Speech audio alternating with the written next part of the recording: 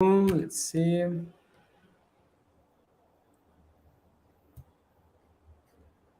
To check. I think we are live. Let's see. Boom. Yes, we are. Boom. There we are. Welcome back, everybody. I'm joined today by Rebecca from Saga. And there's quite a lot to talk about because I remember the first time I had heard about you guys, you still had a different name.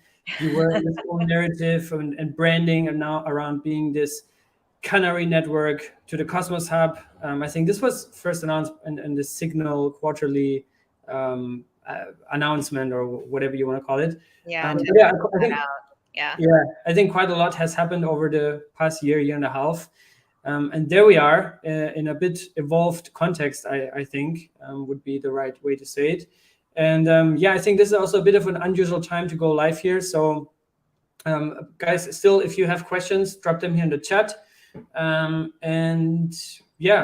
Share this stream with fellow cosmonauts and people all around the world so they can join us. But yeah, that's enough about the intro. Rebecca, thank you so much for joining. How are you doing today? I'm great, Cito. Thanks so much for having me. This is obviously the podcast of record for Cosmos, so it's an honor to be on. And I'm thrilled to talk to your community. You're right. We started life as a quite different project, and I'm happy to go into more detail on that. But it's just a thrill to be on here. Yeah, and really, really appreciate the very nice tweet that you also put out, I think yesterday, that like, are you even a Cosmos project if you haven't been yet? So, well, it's true. I think this is the stamp today. Sega is a real Cosmos project, guys. Thank you. We've been waiting for this moment. Yeah, there we are. And also, disclosure, I participated also in the last funding round that you guys had, which also includes a bunch of core cosmonauts, and I'm really, really pumped to be part of that.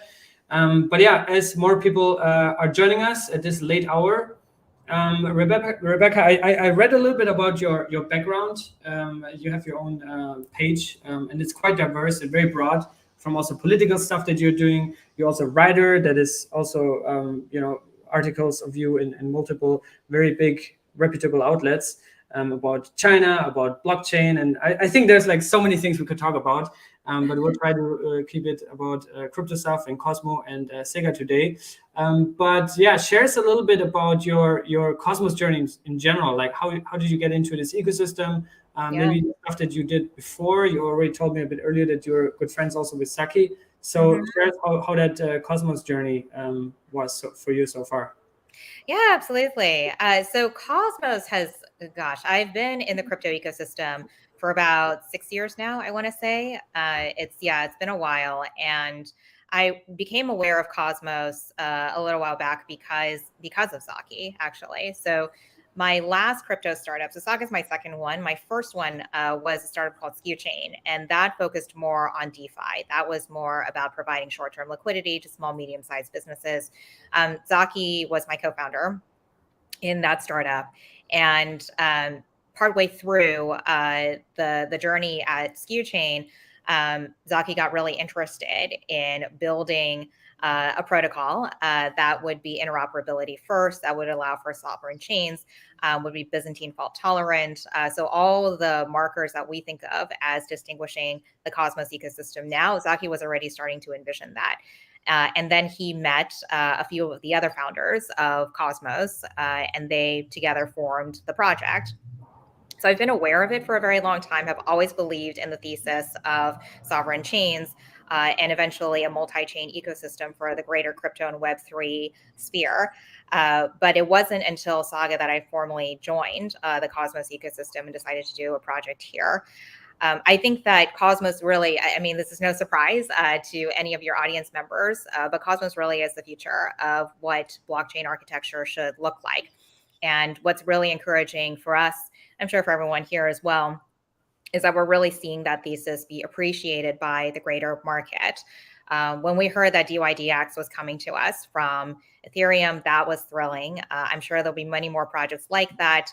But more and more, even the newer projects are discovering the power of the app chain.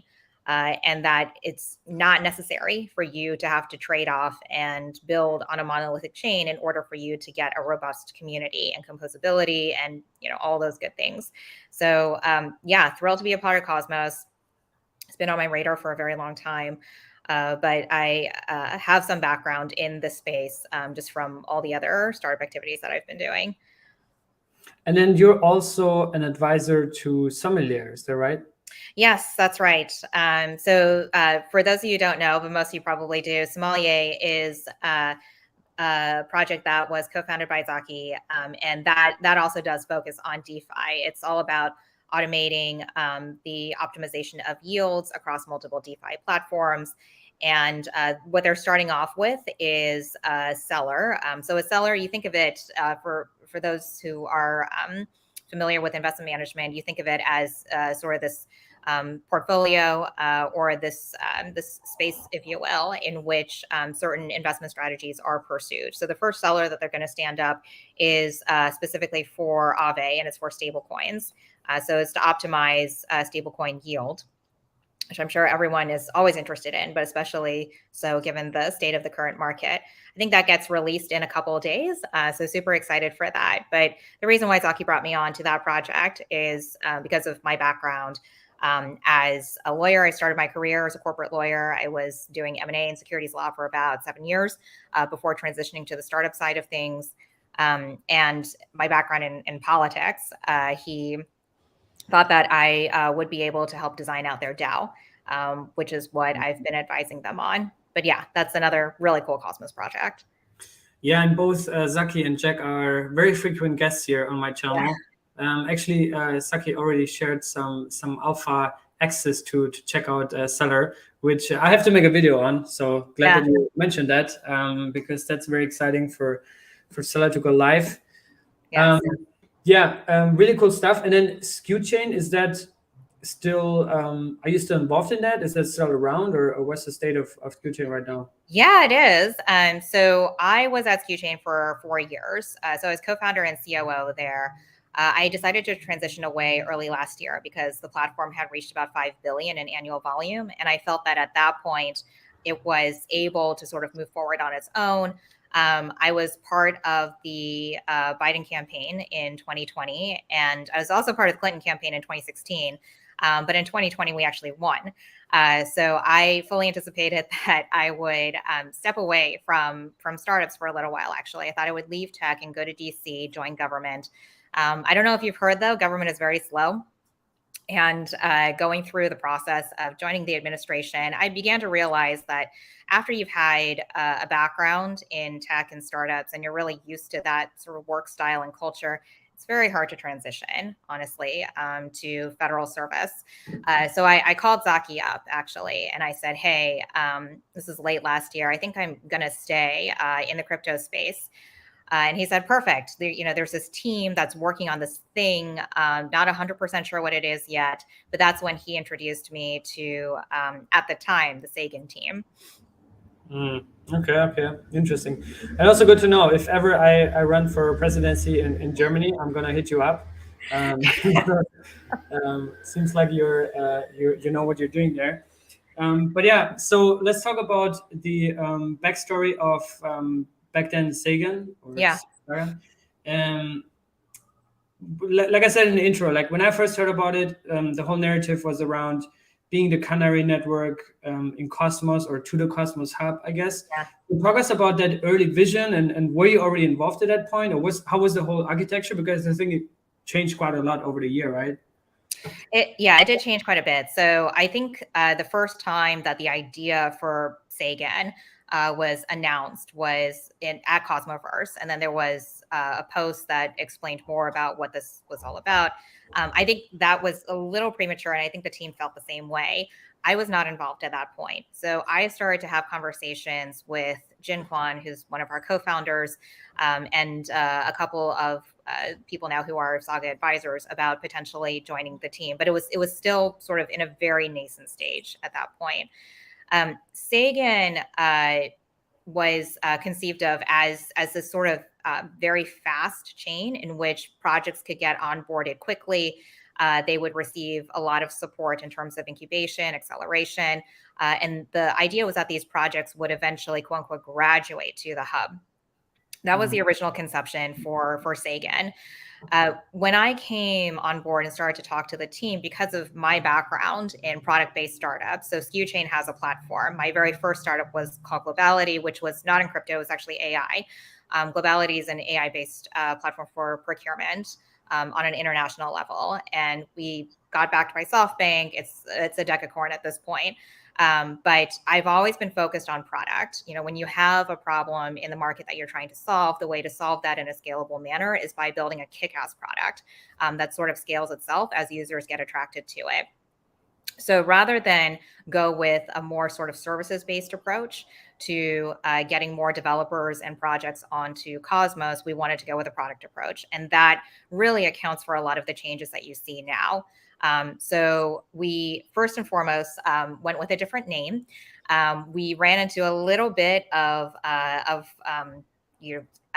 conversation, let's say, with the Sagan estate. But I think that forced us to also think about what we wanted our brand to be. So I promise you, it was more complicated than just dropping the N off the end of our name. It took a lot more discussion than that. We're quite happy with the name now. And once we, renamed ourselves, Jake, who's our CTO, absolutely genius technical thinker, he went about designing the system.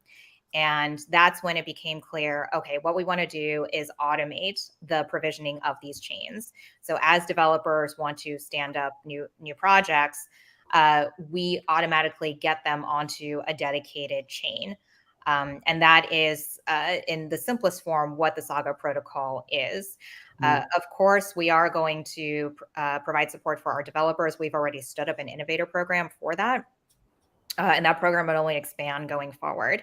But it's now, extremely product-based. As we continue to, grow the protocol out, build it, and eventually introduce a token, you'll start to see a lot more of those feature sets and variations coming out in the platform itself. Yeah, very nice. I see more and more people are flooding in. We've got also people dropping the first questions. I think we can get into this later about also comparing it to another interesting project that's coming out, which is Archway. So maybe we can get into this a little bit later. But I think it's interesting, the background. We can also make a whole separate episode maybe one day about the name change. I want to hear the story. I can tell you everything that happened. Seems like that was a bit complicated. Sure. But talk to us about, I think in the early days, at least that was my perception, that Sagan Network was part of or came out of the Tendermint team, which now rebranded to Ignite, and I think they're now going another restructuring. Yeah. But now you're your own separate team, right? Yes. So do you still have any ties to Ignite, or are you incubated by them, or are you an entirely separate team now? We are an entirely separate team. So we spun out of Ignite April 1st. That was our official date of becoming our own separate set of entities.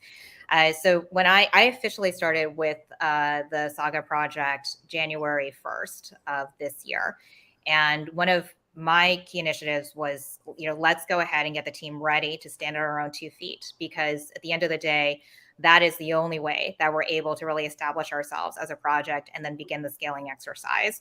And so we got that done. In 3 months' time, we had our entity stood up. The team was together. And at that point, we spun out. Ignite did put in the first check into Saga. So they'll always be there as one of our investors and stakeholders. But at this point, we are entirely separate. Awesome. Yeah, I think this has been a very important question from the community. That's why I wanted to clear that up in the beginning. But yeah, that's really cool. And I think we also have to wait and see for the Ignite team to come out and see what's the next steps, because I think they're also going a little bit of a restructuring there. But yeah, that's another side note. So fast forward today, you guys just closed your seed round, your first round.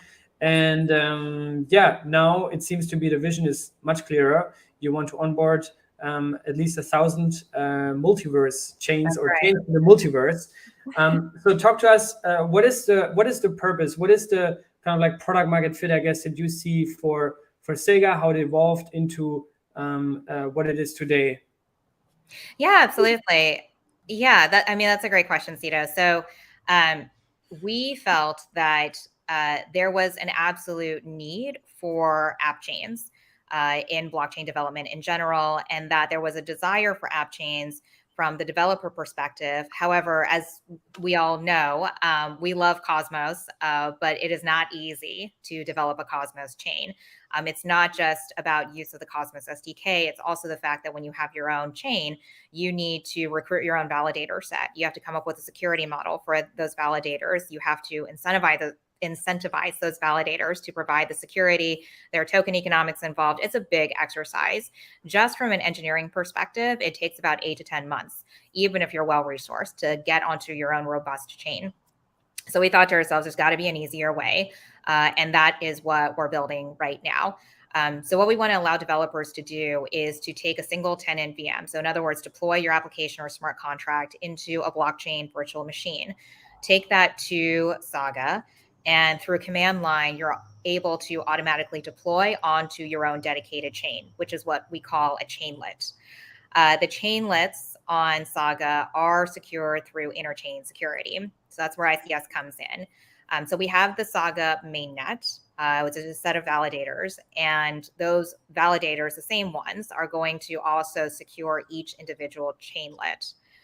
So for those of you who are tracking interchain security that's coming out from the hub, it is very similar in that respect.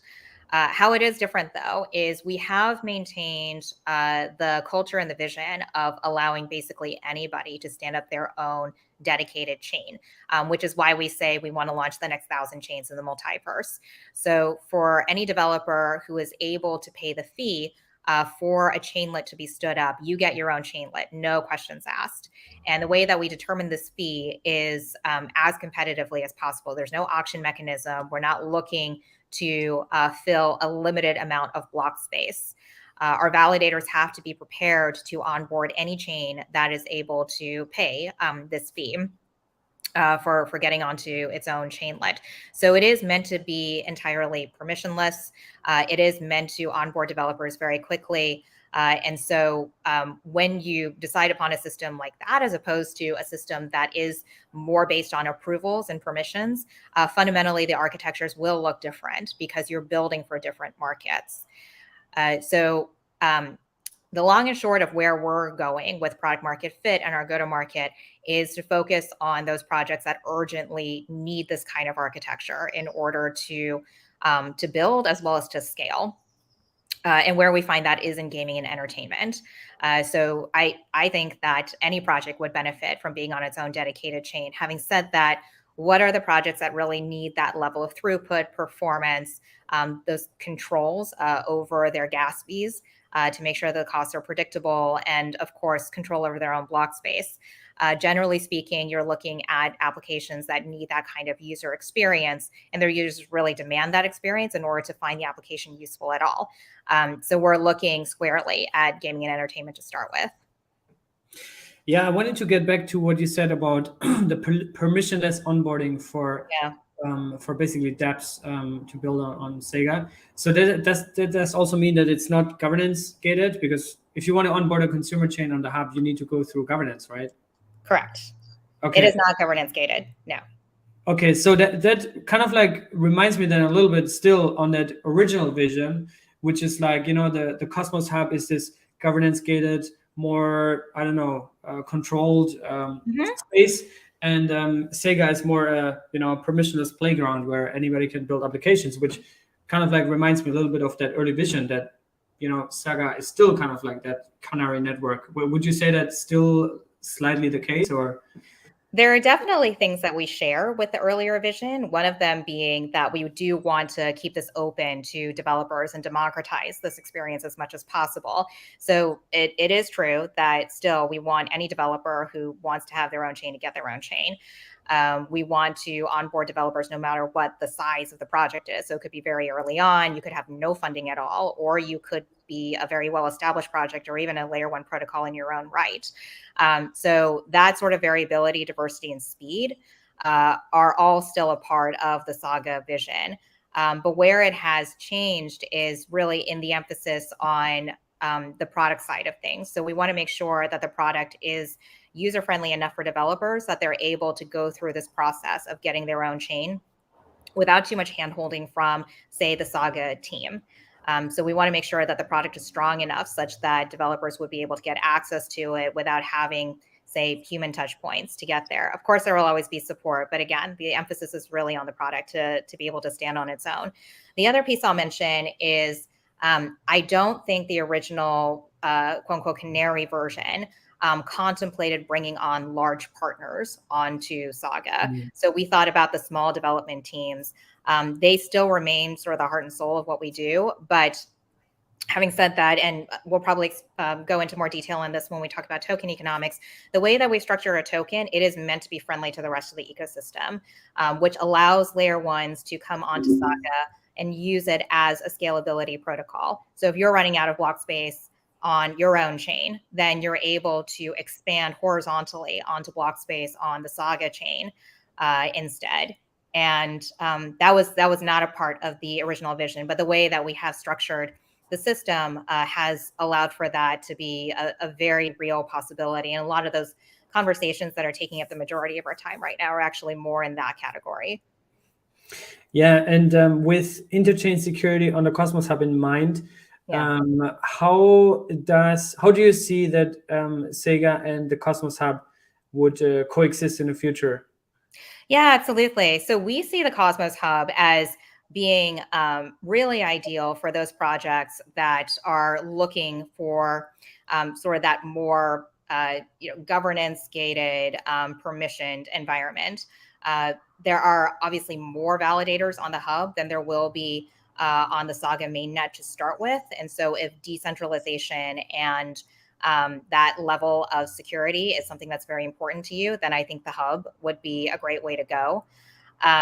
But I think the way that Saga is looking at things is really if you are looking to stand up a project very quickly, if you're looking to scale, if you're looking to be able to basically control when you get your own block space without really having to ask permission from anyone else, then Saga is a great environment for that. So I think it's early days where we're still inching our way into the market and understanding which segments really fit which purpose. But that's how we're seeing the bifurcation at the moment. Yeah, and I also saw, I think it's somewhere on the website, that your goal is basically to make it very easy to launch your own chainlet, yes. As easy as launching a smart contract. Yes, right? That's right. Interesting. Yeah. And how would you say does the architecture of Saga fit into the Celestias that are coming up and the smart contract architecture? And you also dropped the term earlier, app chain. Maybe for those that are not too familiar with this whole terms and all these things, where does Saga fit into that? Yeah, that's a great question. So one of our investors actually very recently asked us, I'm so confused by all these terms. There's modular chains, there's multi-chains, side chains, app chains, roll-ups. What do all these different things mean? So they're all kind of variations on the same idea, right? That you started off with a chain that grew very, very big. So something like an Ethereum or Solana. And a lot of communities formed around these chains. Composability is generally not a problem with a monolithic chain, but you run into scaling issues very quickly. And so, as we welcome more and more users and applications into the world of Web3, how do we scale? I think that's why you're hearing so much chatter right now about app chains, modularity, and things of that nature. So I would say, with somebody like a Celestia, for instance, let's start with modularity.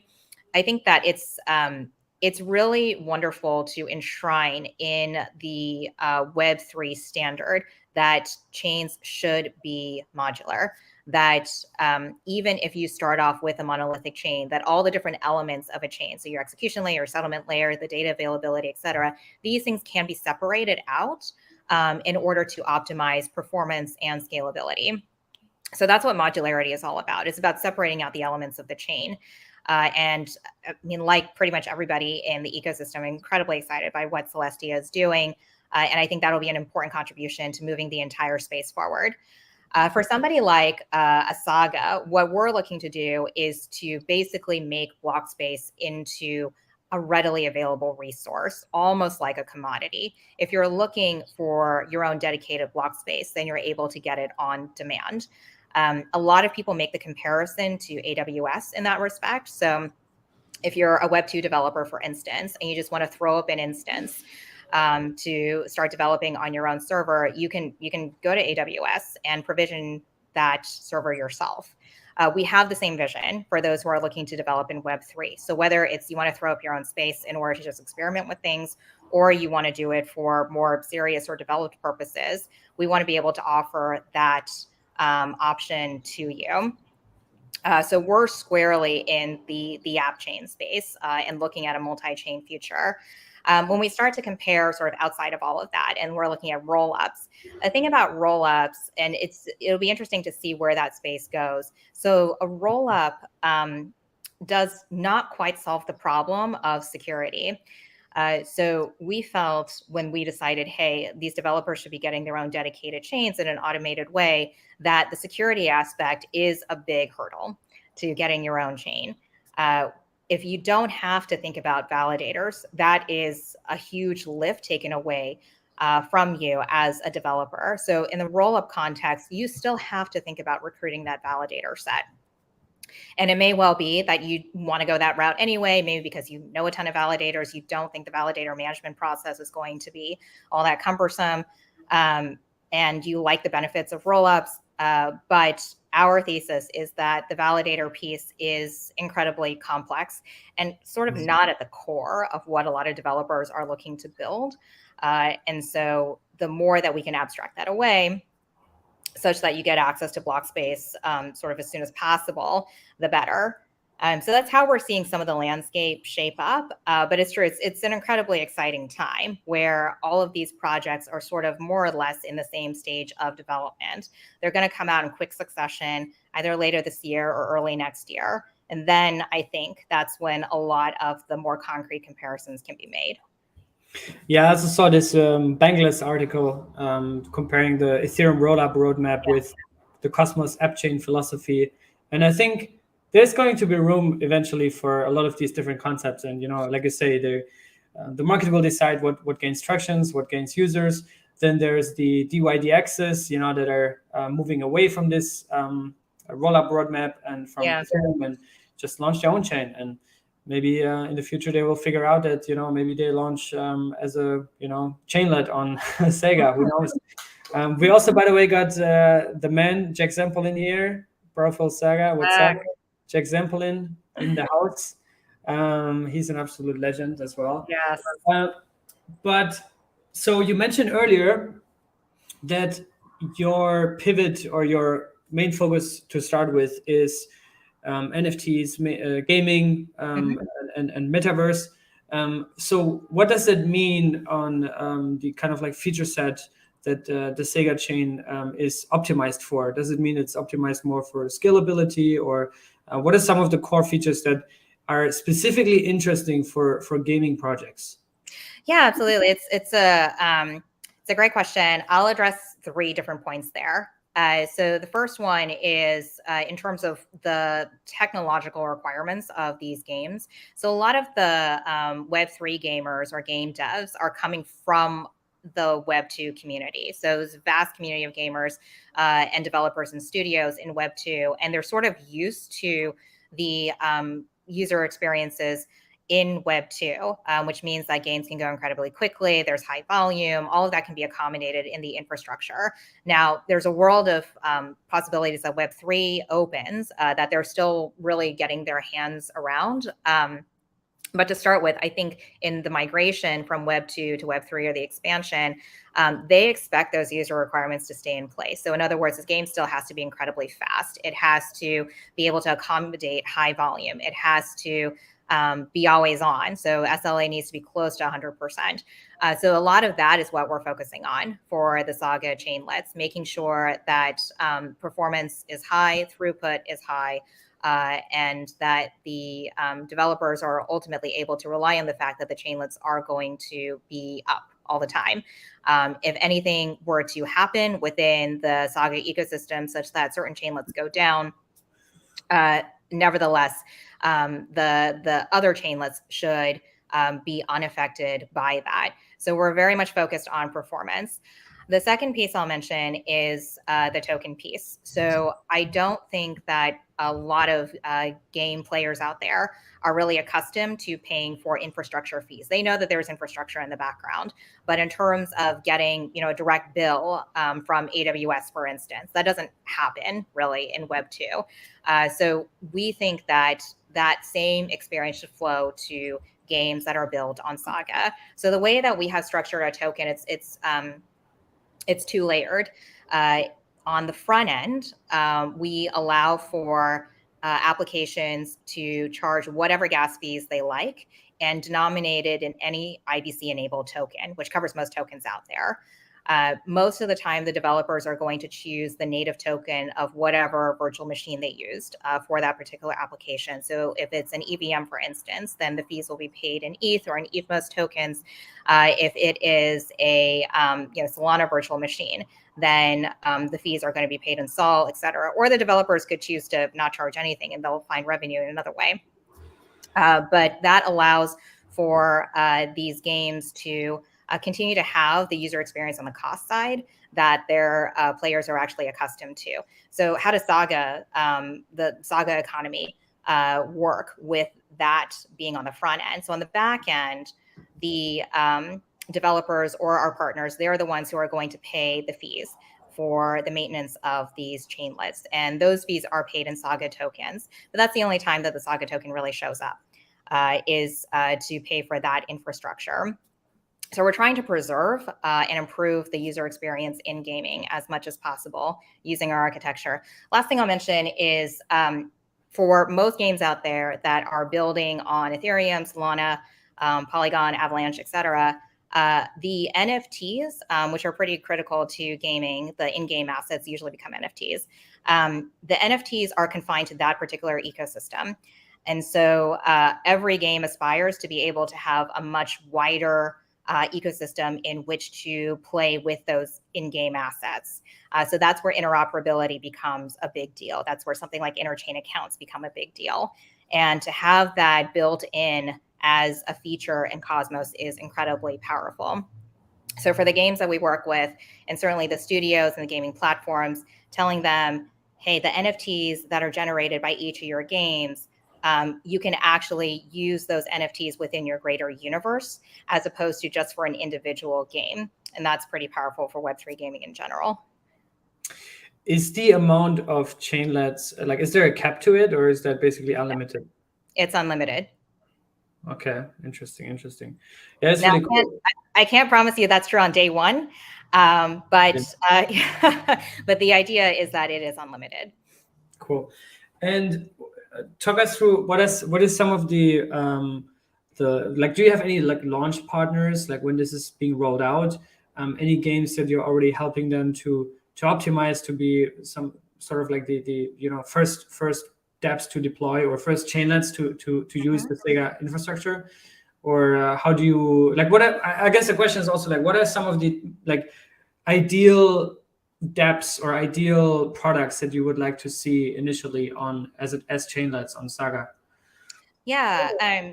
So we announced the establishment of our Saga Innovator Program along with the announcement of our seed round. And starting next week, we're going to actually formally start announcing individual participants in the Innovator Program. So that includes partners, certainly. It also includes individual projects, and it includes some individual developers as well, who are just working on a bunch of different cool things on their own. But you're absolutely right, Cito, that we're looking at partners who are game studios or native Web3 gaming platforms, and they have a hose of games that would benefit from this architecture. We're also working with gaming DAOs that don't necessarily, well, historically, they don't provide infrastructure for the games that are a part of the DAO. They provide other kinds of tooling and resources, but not actual chains or infrastructure. Those are critical launch partners for us as well. And then other layer one protocols that aspire to be in gaming and entertainment. Without naming them, I think quite a few of them have made no secret of the fact that they would like to have these smaller chains that are dedicated for particular applications. But those of us in Cosmos can sort of pat ourselves on the back because they're running into the same problems that we ran into like 2-3 years ago. And we've worked through a lot of those problems because we've always been about app chains. And so, I mentioned earlier that Saga is used for new projects. It's also used for existing projects for scalability. So we work with those layer ones in that manner. But I don't want to jump the gun here because we promised these guys their own sort of launch as part of this program, and that'll get rolled out over the course of the next 2 months. So why are we doing this now? Why are we standing this program now? It's because AlphaNet will get released in a couple of months. That's the earliest version of our network. It will focus on the developer experience and allowing a developer to go ahead and take their EVM, which is what we're starting with, and automatically launch it onto its own dedicated chain. So the participants in the program, they get early access to that documentation, of course, because they're early. We want to work very closely with them. There's a lot of feedback that they'll give us as well. We'll learn from that. And then DevNet is anticipated for late fall this year. Testnet will follow shortly after. And then we're aiming for mainnet launch early next year. Nice. Yeah, we can talk a little bit more in depth about the rollout and some dates and when airdrop and this and that in a second. But let's assume that I was the Sandbox or Axie Infinity, which are very, very successful games out there, or maybe they're listening right now. Who knows? What would be benefits for them to say, hey, we might need to optimize for user experience, or we just want to like elevate our product. What would be benefits for them for these existing games that you already mentioned? Like this could also potentially happen to launch or migrate into a chainlet on Saga. Yeah, absolutely. So because we have that 2-layer token model for something that already exists, like a Sandbox or like the Ronin sidechain for Axie, they're able to spin off either a specific game or specific application onto a Saga chainlet. They could even spin off a specific module. And the fee token that's used is going to be their native token. And so it will continue to accrue value to their token in exactly the same way as would be the case if they were using their own backend for block space.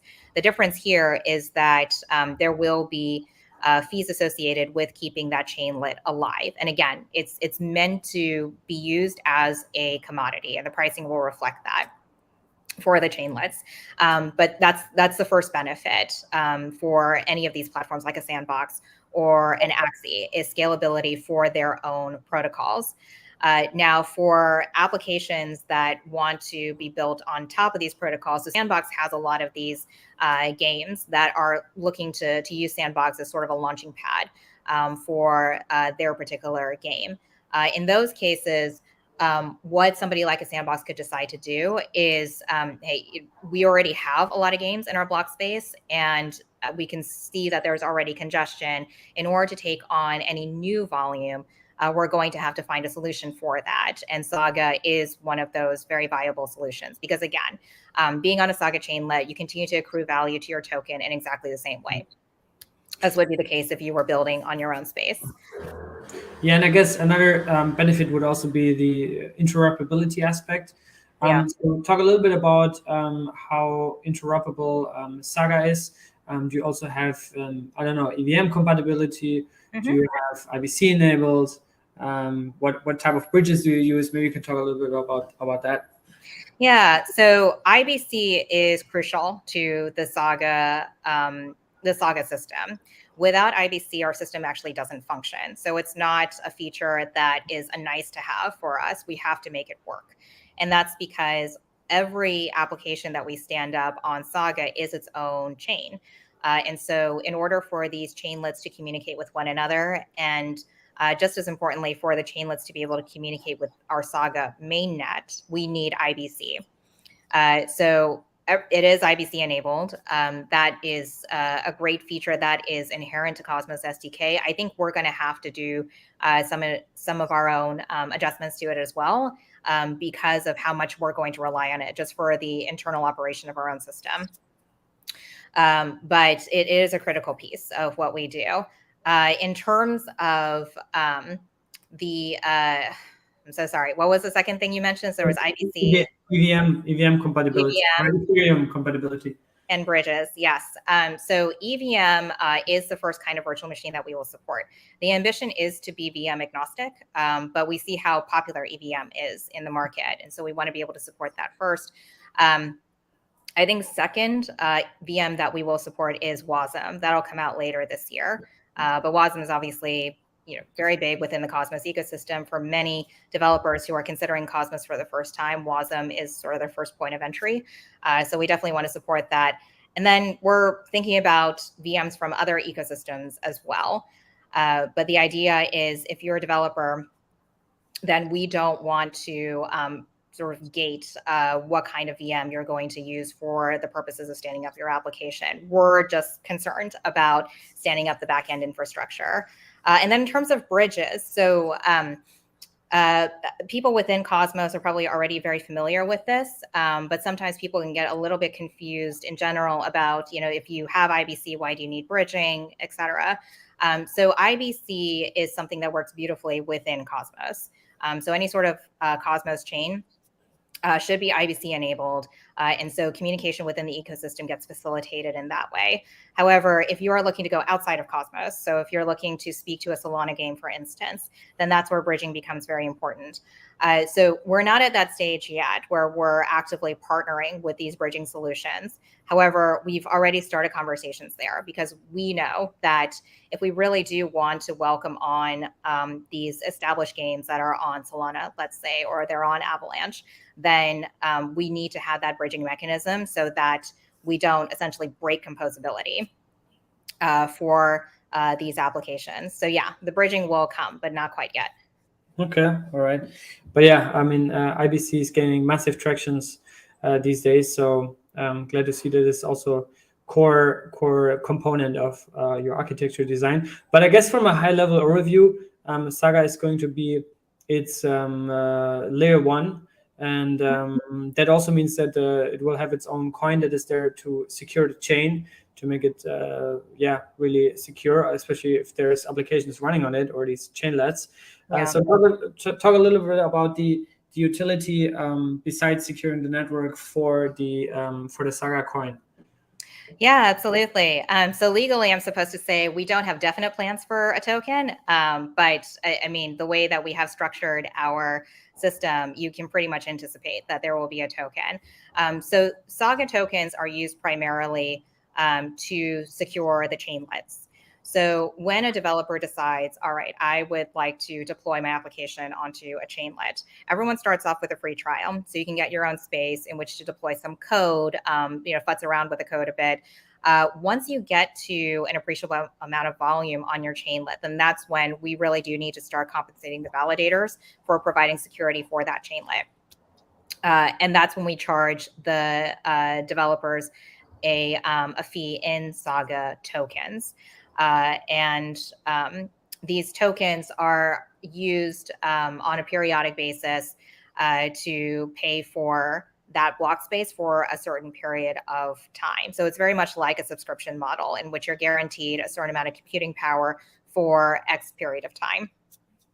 Very much like a cloud model. If you start to go over that, then there's overage there. If you go under that, then the fees that you have remitted so far are going to be applied later. But it's meant to be a flexible way in which you can secure your own block space. So that's the primary use of the Saga token.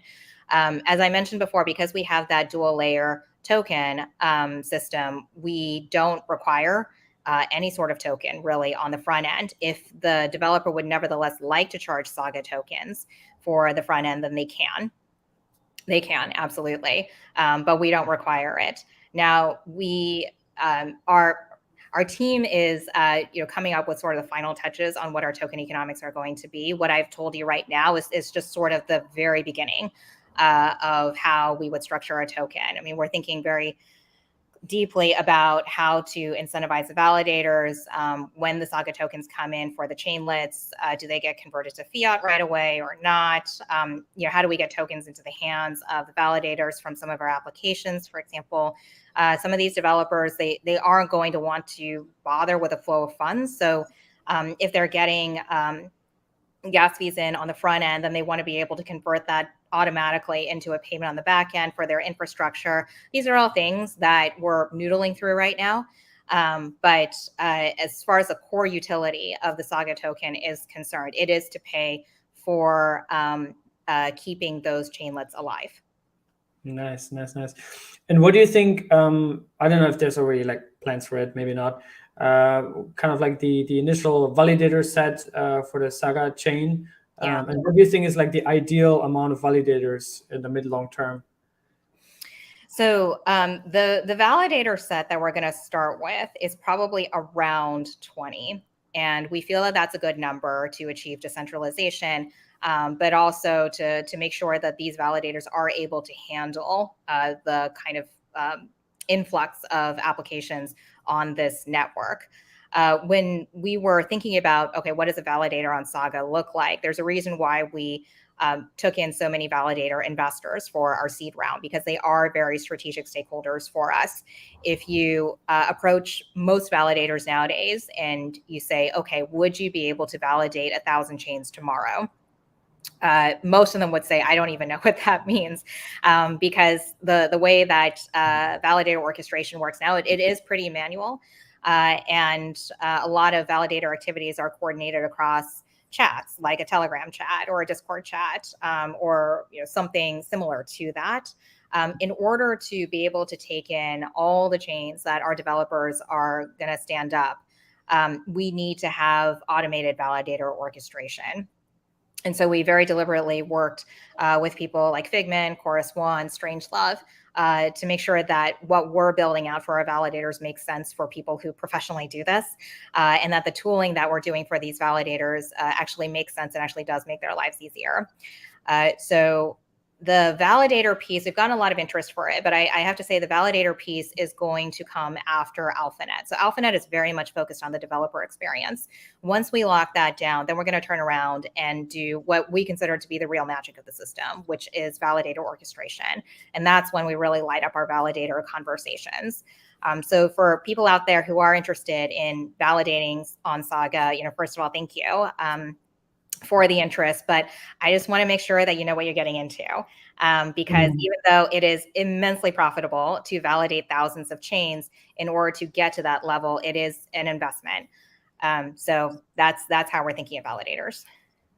Yeah, interesting. We'll be curious to see how that evolves. I think also like with interchain security on the Cosmos Hub, there's also still a lot of like questions also for validators. What is required to validate also on these new chains? But interesting to see how that plays out. Now, you said earlier the first kind of like announcement of Sagan back then was at Cosmoverse, and this year you're also coming to Cosmoverse. That's right. And that's going to be in late September. Yeah. So what are you going to announce there? Oh my goodness. So by then, our AlphaNet will have come out. And so I think there will be just a lot of information about how to build on the system, especially for the benefit of our developers.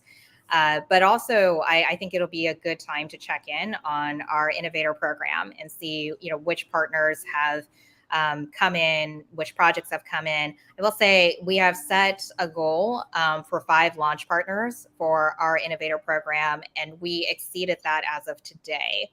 So we are always looking for more partnerships, always. But in terms of that first cohort of partners, we have met that quota already. But we hope to announce more for sure. Again, always happy to engage with partners.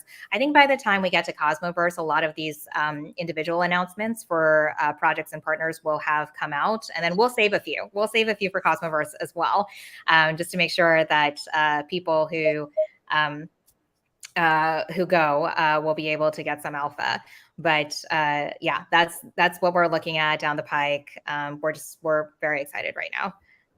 Yeah, I mean, we set the bar pretty high last year with a live mainnet launch at the conference, multiple airdrop announcements, which was at a time when airdrops were, just starting to get really, really exciting in Cosmos. Yeah. What else? We had a couple of things that also originated from Cosmoverse last year, like Agoric's Inter protocol, IST, the stablecoin. I think also Quicksilver, and the whole idea to remove the gravity DEX from the hub. I'm really, really, really excited.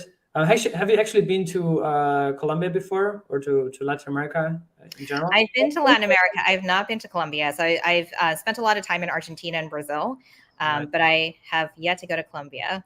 But great choice. I can't wait to check it out. That's awesome.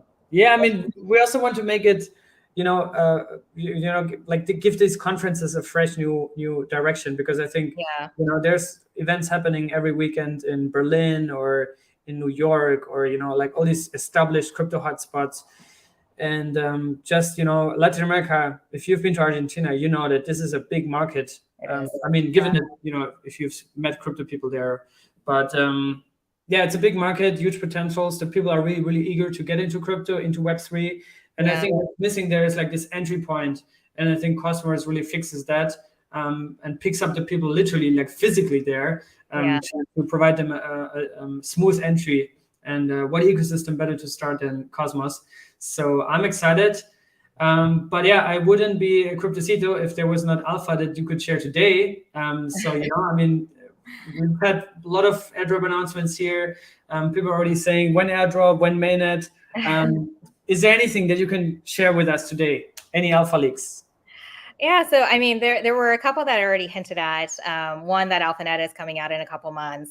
We will be at Cosmoverse at the end of September, and in terms of the partners that I mentioned, so we filled our initial quota of 5. But there are a few more that are quite large that we're working through the last details right now. I will say that they are layer ones. They are layer ones in their own right. If I were to say their names, people would just I am not looking to move the markets today, but people would recognize them. And I think it's yes, it's great for Saga, but I think more importantly, it's just great for the Cosmos ecosystem. That I think for a long time, especially because I've been following Cosmos and just talking with Zaki consistently about what's happening with the ecosystem and the growth of it. I think for a long time, it was considered that Cosmos was sort of this outpost of really, genius technical people who are building really great products. But in terms of really, growing into the rest of Web3, they were looking for those integration points. And I think people are seeing that more and more, not only new projects coming in, but also how the Cosmos technology can really integrate with things in other ecosystems. And the more that we can accelerate that trend and that narrative, I think the better for this entire ecosystem. And I think the better for Web3 and crypto in general. So we're very excited to announce some of those key partnerships over the next few weeks. But if timing works out, I would love to save some of them for Cosmoverse, just to make sure, again, that for people who take the time to go and be with their fellow cosmonauts, that they are rewarded. Yeah, and we also have to establish this, this culture at Cosmoverse, that this is the place where alpha is being shared. Same counts for my YouTube channel. So thanks for sharing that. And yeah, I think to me it seems like I'm relatively new to Cosmos. I joined the ecosystem like 1.5 years ago, like just before IBC, which feels like forever, but like to people that have been there, since 2019, like I'm pretty late to the party, but still, very exciting stuff. I think I had another final question. Let me see real quick. Otherwise, I think we can get into I think we can get into some of the community questions. Sure. There's quite a lot here. Let's see, where would we start? I think we can start right at the beginning here from Luke. Luke had a question. If you could provide a comparison between Saga and Archway. Archway, yes. Absolutely. Thanks, Luke, for the question. So Archway is one of our fellow projects that was initially stood up within Ignite. So we spun out pretty quickly. I think Archway has been building out their product and their team over the course of the last several months. And the main difference is this. So Saga is a chain to launch chains. Archway is a chain to launch projects. So for a lot of these applications that are coming to Archway, they're deploying their smart contracts into Archway the same way they would, say, to Evmos, to Agoric, to JUNO, any one of these, really great Cosmos projects that are just allowing people to get access to the Cosmos ecosystem and infrastructure, but without having their own dedicated chain necessarily. For Saga, you are signing up to your own chain. I would, that's the main difference. Yeah, I think that's very well explained and very well put. And yeah, I mean, like we said earlier, I think this is not an either or. This is also complementary in the end of the day, and really depends on the type of application that you want to build and deploy. It just comes to my mind again, the question that I had. So you have to tell us, like, is that something you guys are considering? Is there potentially an airdrop coming, or talk us about the thought process? Yeah, so might be a bit early, I know, but no, but so we've gotten this question a lot, and I mean, thank you to everyone for their interest. But when mainnet launches, that is when you'll know that our token is out there. There will be an airdrop, but we are still undecided, genuinely undecided as to the exact timing for that. So we'll keep you posted for sure. For people who check in regularly, you'll be the first to know. There are no plans for airdrops anytime soon, so not in the next few months, because we want to make sure that mainnet is strong and that it's launched at the right time. But we do want to reward everyone who's been early in our community, certainly to the wider Cosmos ecosystem. We come from the heart of Cosmos at the end of the day. So we definitely want to account for that, but no definite plans as of yet. No, I think especially given the original, narrative around being the canary network to the hub, a lot of people thought, that this is going to be a giant airdrop, and it's going to be given to Atom people and Atom stakers. But yeah, it's still way too early. Obviously, we're only in July, and you said mainnet is probably going to go live in Q1 next year. So yeah, but maybe everybody that's listening right now, and we got more than 60 people now filled up as we spoke. Come to Cosmoverse, everybody, and maybe there's more information by then. So, all right, we got another one here from Roman. Roman, what's your 3 to 6 months roadmap consist of? Yeah, so we started to hint at this, but AlphaNet comes out in a couple months. And again, that is to lock down the developer experience. So a developer would be able to deploy an EVM onto its own dedicated chain. That is the goal of AlphaNet. We are going to take the learnings from that, and they will be significant. I'm sure we're going to be changing quite a few things. That happens anytime a product hits the market for the first time. And then we're going to take that to DevNet. DevNet is when we will start to really get our validator orchestration into place. And in order for us to feel comfortable launching into a mainnet, that orchestration has to be pretty much automated. So DevNet, we will have completed a lot of that work. We may or may not be supporting another VM at that time in addition to EVM. But for sure, the validator orchestration will have seen significant progress. By testnet, that's when our validator set will be up. Because we anticipate that there will be projects coming onto testnet that will stay on that network through to mainnet. So everything AlphaNet is pretty much going to be thrown out. It is the first version of our network, and so I just warn people, it is very, very early. It is meant to sort of be that first point of contact. once we get to testnet, that's when projects will deploy in a much more serious way.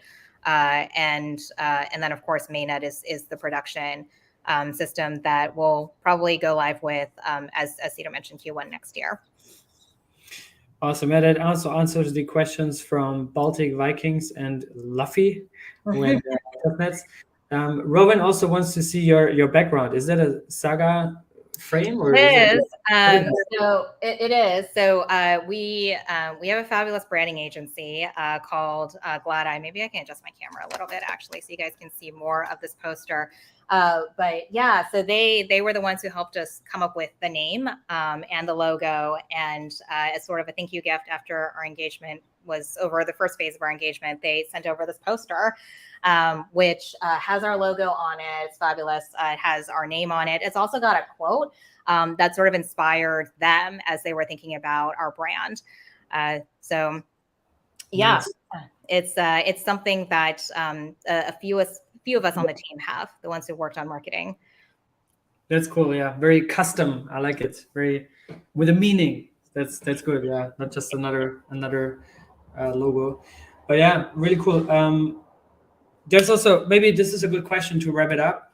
We're already at an hour mark. Time really flew by here. Yeah.